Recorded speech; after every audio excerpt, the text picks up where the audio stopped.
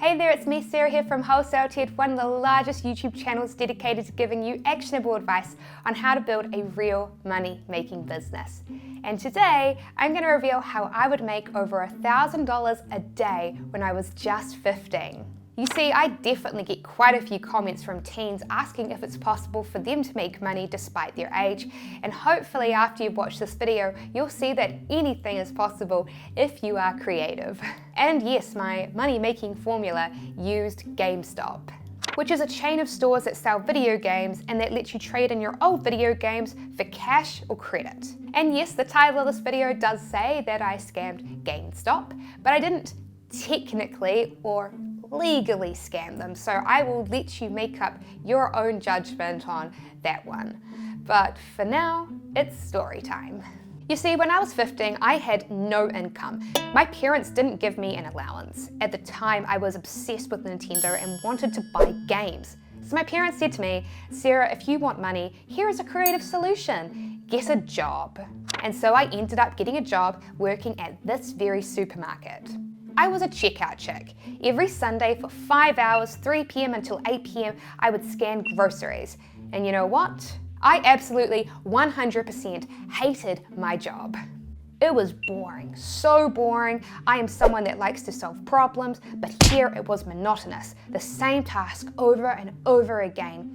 In fact, I got so bored that the only way I stayed sane was when customers weren't looking, I'd try to secretly write a note on their receipt like, "Have a nice day," to surprise them. At the end of every shift, my feet ached. I'd always wonder, how do the full-time checkout staff stand for 8 hours a day, every day? And to top it off, I had a horrible manager. She would yell at me if I made mistakes and would make me cry. As I discovered though, when I bumped into her years later, the only reason she'd been so mean was because, surprise, surprise, she hated her job too. Here is the kicker though, being 15, I didn't even get minimum wage. I can't remember my exact wage, it was around $8 an hour. At the end of each shift, I'd get my payslip.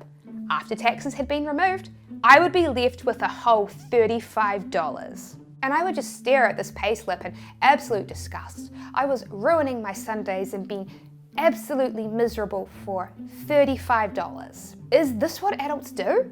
Is this what happens when you leave school? I was horrified. And within just 3 weeks, I knew that I had to make a plan to get out.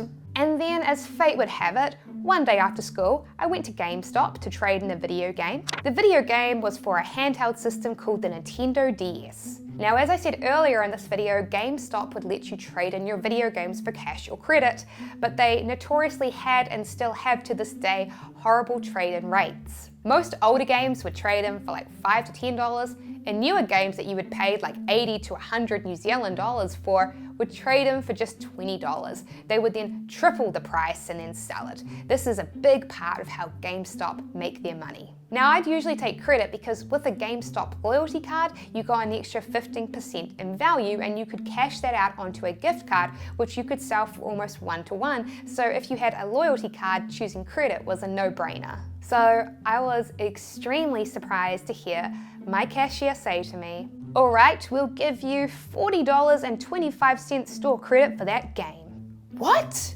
$40?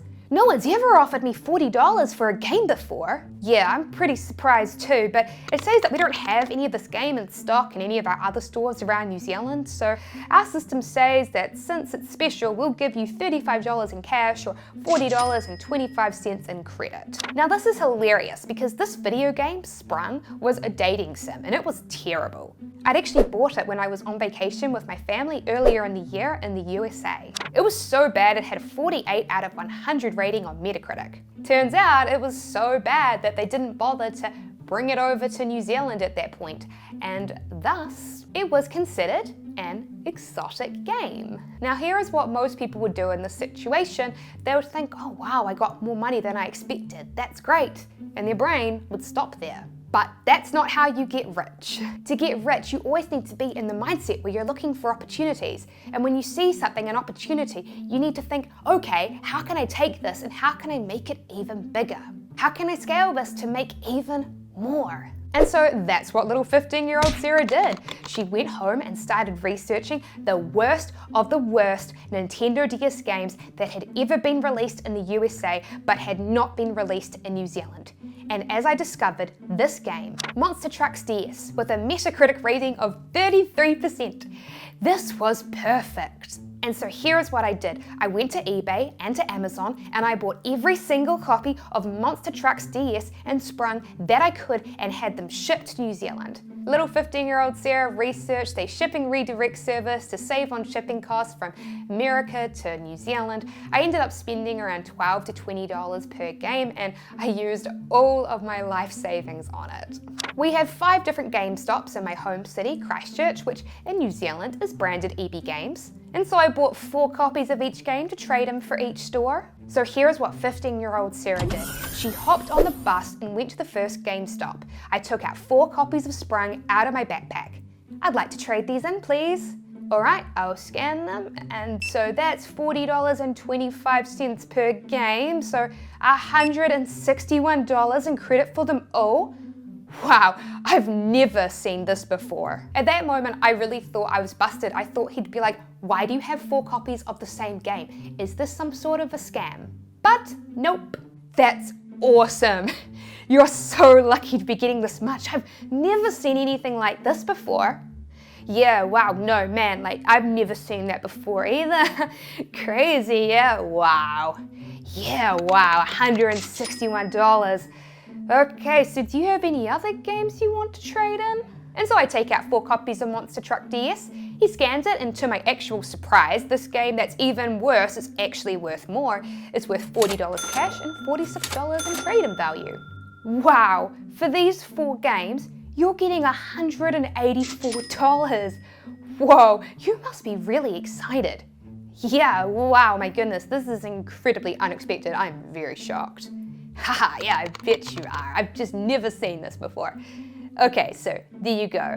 Here's your gift card for $345. And so I take it and I thank him and I walk out the door and I'm like, wow, this actually works. And so I got on the bus and quickly went to the next store and did the same thing.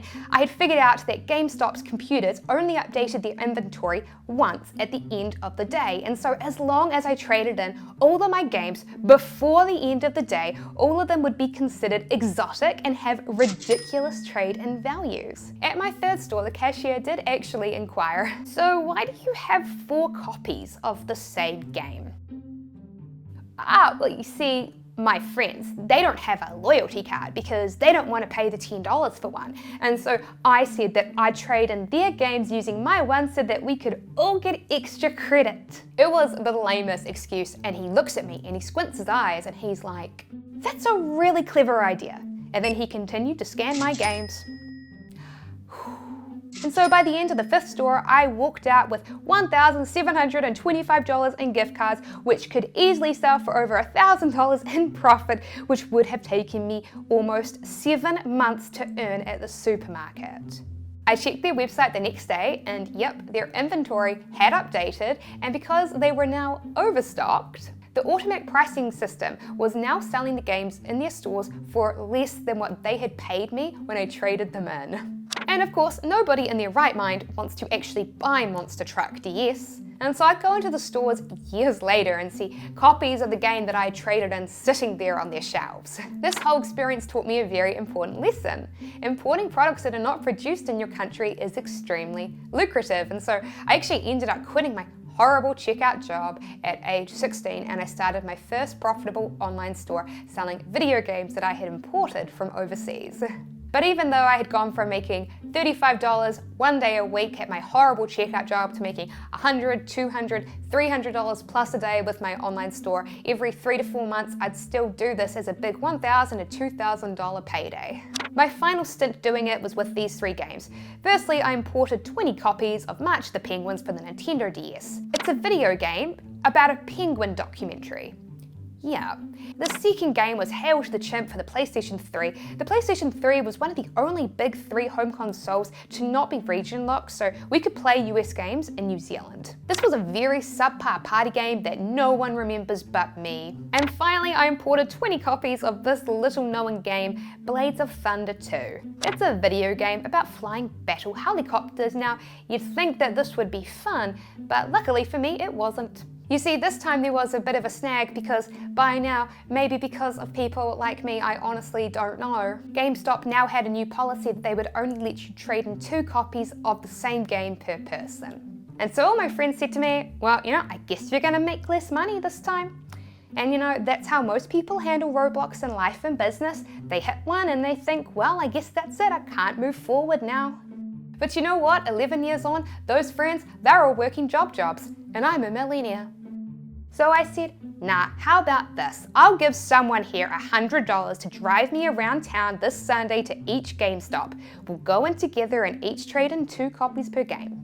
Considering that back then the only way that my friends ever earned money was working at the supermarket, $100 was way more than what they would earn in a single day. So I didn't have any problems getting takers. And as I walked out of my final GameStop on that day, my brain had started to form this crazy master plan of how I could scale this method even more. I decided that what I'd do is I'd hire a friend to drive me around town, would all hit all the GameStops within 2 hours, and depending on our games, would make $1,000 to $2,000 in profit.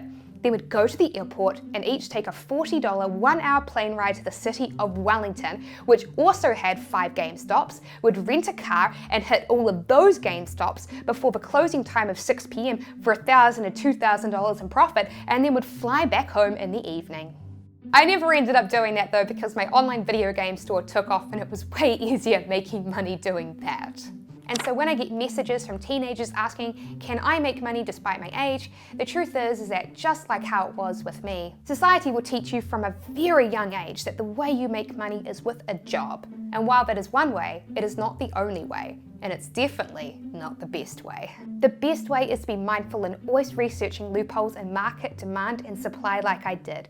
I bought products cheaply in the USA where there was an oversupply and resold them for profits in New Zealand where we had an undersupply. And if I could research and spot these opportunities at age 15, then you can too.